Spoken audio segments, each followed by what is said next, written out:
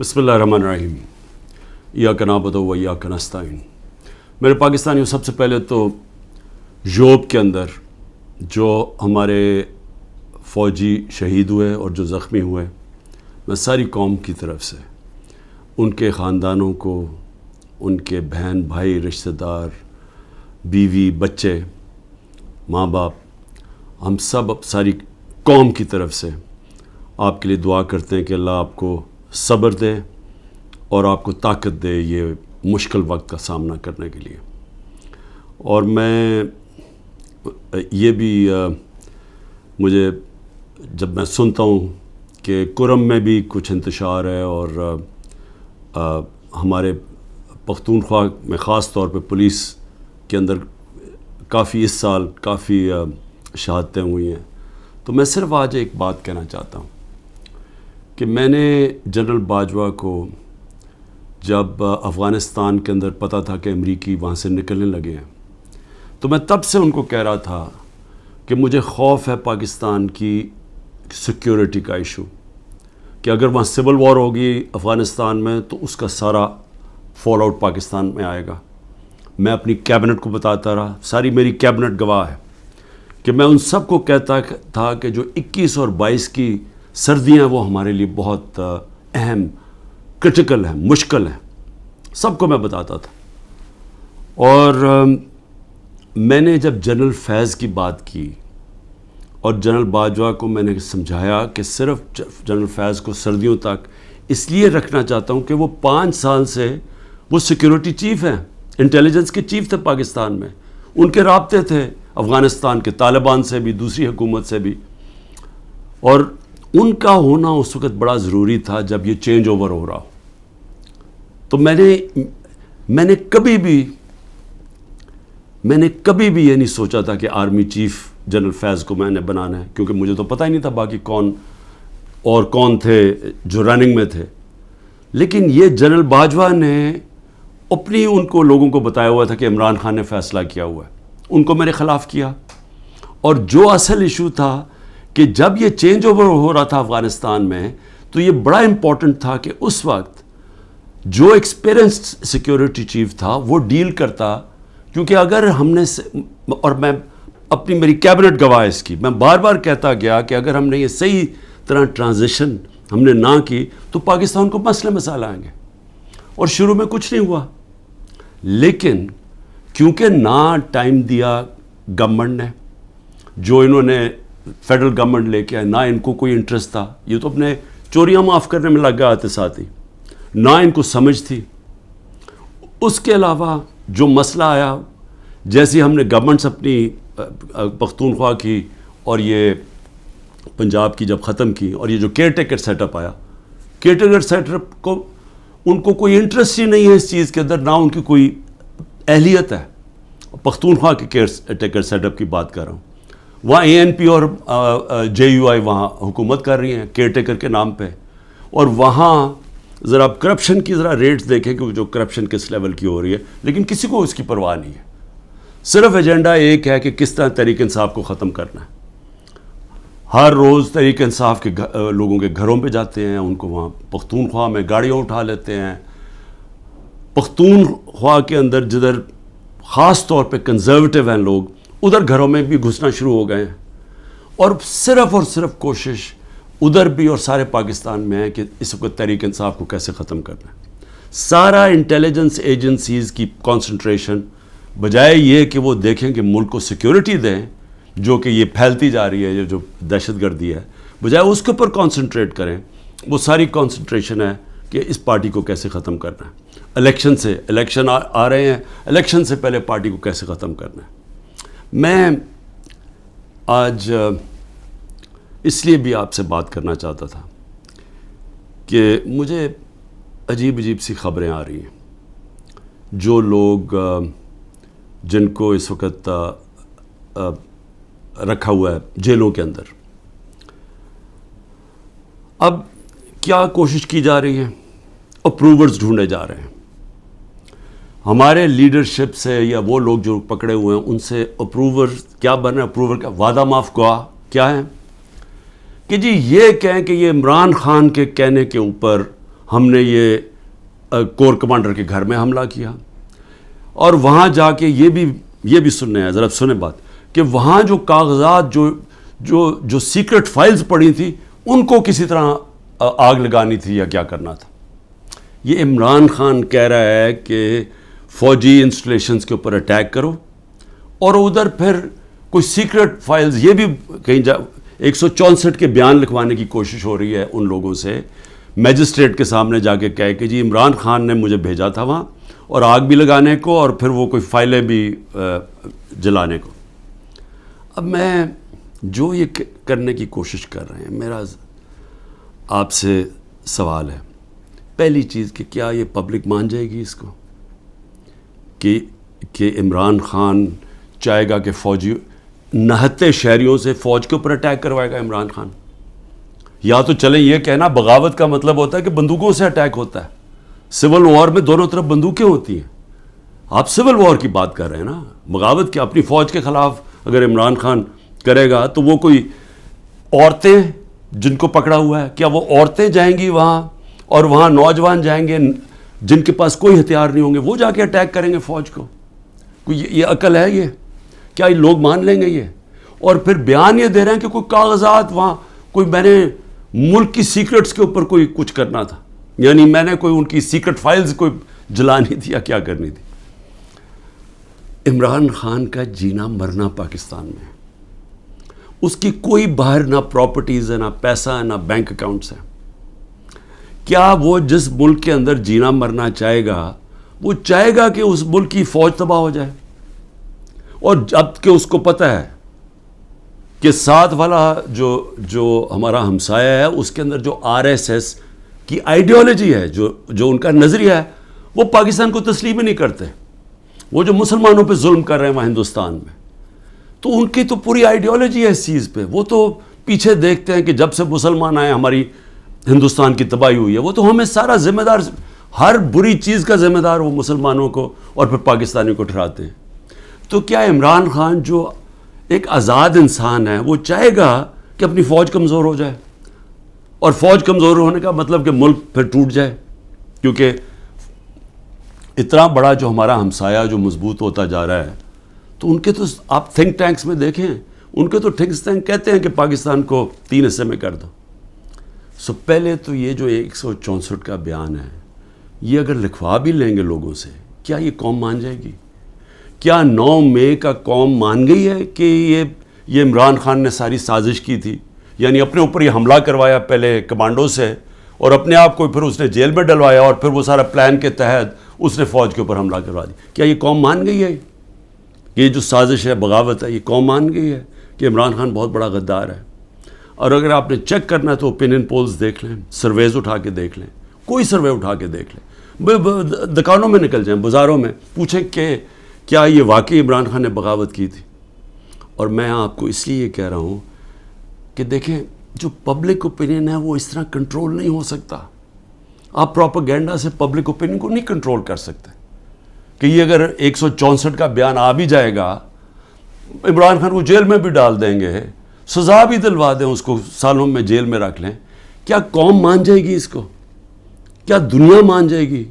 کیا جو بیرون ملک پاکستانی ہمارا سب سے بڑا اثاثہ بیٹھا ہوا ہے، 1 کروڑ پاکستانی باہر بیٹھا ہوا ہے، جن کی دولت سارے 25 کروڑ پاکستانیوں سے زیادہ ہے، اور وہی پھر سے میں کہتا ہوں، جب انشاءاللہ اس ملک کو ہم اٹھائیں گے ایک دن، تو وہ ان کی انویسٹمنٹ آئے گی جو بچائے گی شروع میں پاکستان کو، اور پھر دنیا سے انویسٹمنٹ آئے گی۔ تو میں ایک تو یہ کہنا چاہتا تھا کہ یہ اور کئی لوگوں کے اوپر تشدد کیا گیا ہے، بری طرح تشدد کیا گیا، اور صرف یہ بیان دلوانے کے لیے۔ اس کے علاوہ جو ہمارے سینئر لوگوں کو رکھا ہوا ہے جیلوں کے اندر ابھی تک، ان سے صرف وہ کہ جی بس بیٹھ کے کہہ دے کہ میں تحریک انصاف چھوڑ رہا ہوں۔ پھر ایک اور سازش چل رہی ہے، وہ کیا ہے؟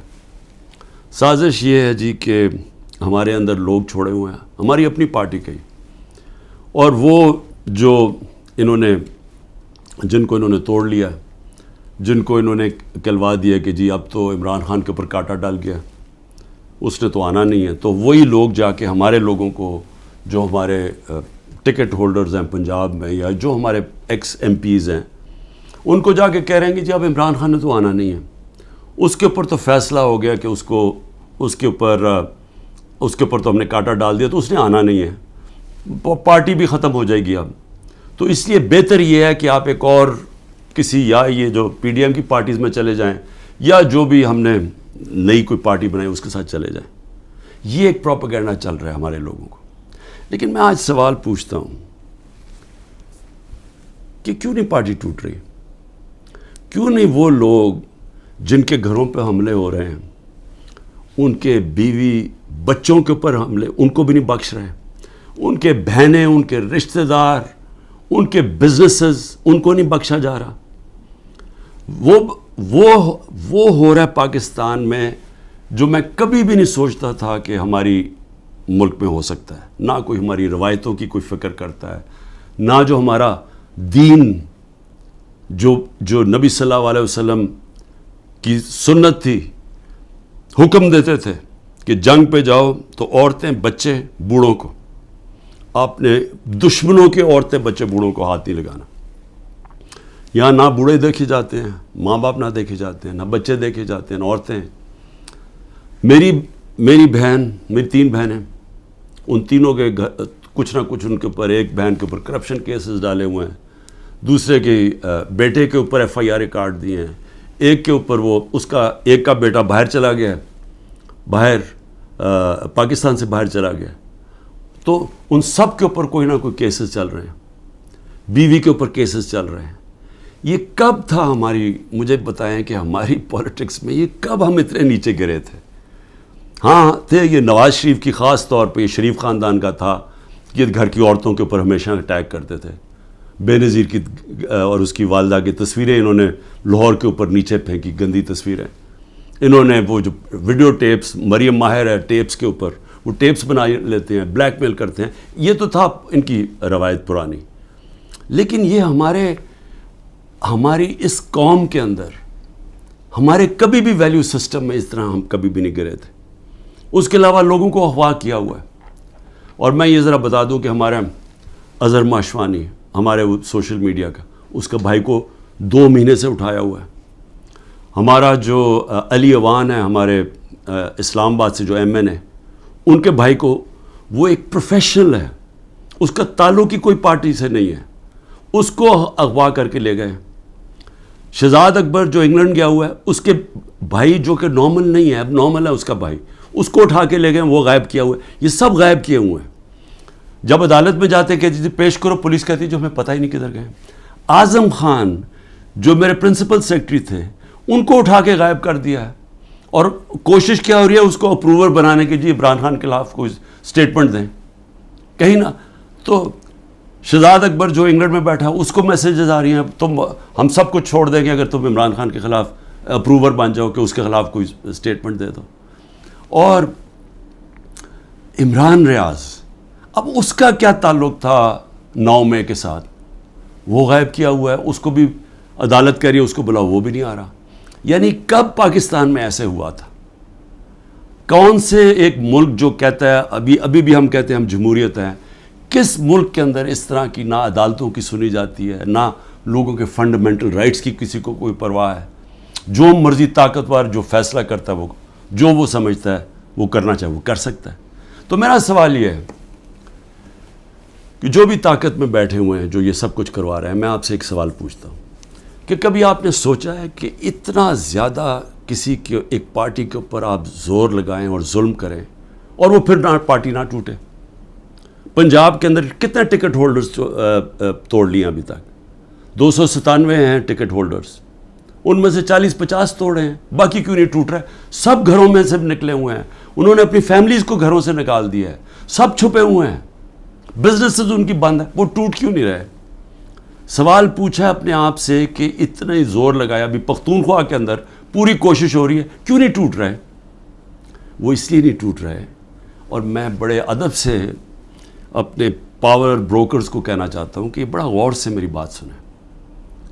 میں 27 سال سے پولیٹکس میں ہوں، 0 سے پارٹی شروع کی، کوئی میری پولیٹیکل بیک گراؤنڈ نہیں تھی، میرے کوئی والد یا میرے وہ نانا دادا کوئی پولیٹکس میں نہیں تھے. میں نے زیرو سے شروع کیا اور آہستہ آہستہ پبلک کو اپنے ساتھ جوڑا، جو بڑی دیر لگی، اور آہستہ آہستہ آہستہ آہستہ پارٹی بنائی. کسی نے اس طرح کی پارٹی نہیں بنائی. ذوالفقار علی بھٹو پہلے 8 سال ایک ملٹری ڈکٹیٹر کے منسٹر رہے تھے، اور پھر رائٹ لیفٹ کی سیاست کی ساری پولیٹکس ختم کر دی تھی. ایوب خان نے ایبڈو لگا دیا تھا، سارے پولیٹیکل پارٹیز بین کر دیا تھا. اس کے اندر ذوالفقار علی بھٹو نے پھر پیپلز پارٹی بنائی، اور ان کو بھی 4 سال لگے اور وہ پھر پاور میں آ گئے. اور اس کے علاوہ باقی کسی کا باپ پارٹی تھا، کسی کا دادا تھا، کسی کا نانا تھا. ایک نواز شریف نے وہ کس طرح پارٹی بنائی. جنرل ضیاء نے فیصلہ کیا، جنرل جیلانی نے ریکویسٹ کی کہ جی یہ بڑا اچھا بچہ ہے، اس کو لے آئیں. والد صاحب نے کہا کہ جی اور کسی کام کا نہیں تو چلو اس کو پولیٹکس میں ڈال دو. وہ پولیٹکس میں آ گیا. اس کو مینوفیکچر کیا گیا. جی ایچ کیو کے اندر نواز شریف مینوفیکچر ہوا. ایک ٹیسٹ ٹیوب بیبی پیدا کی گئی پولیٹکس میں. وہ اس طرح پولیٹکس میں آیا تھا.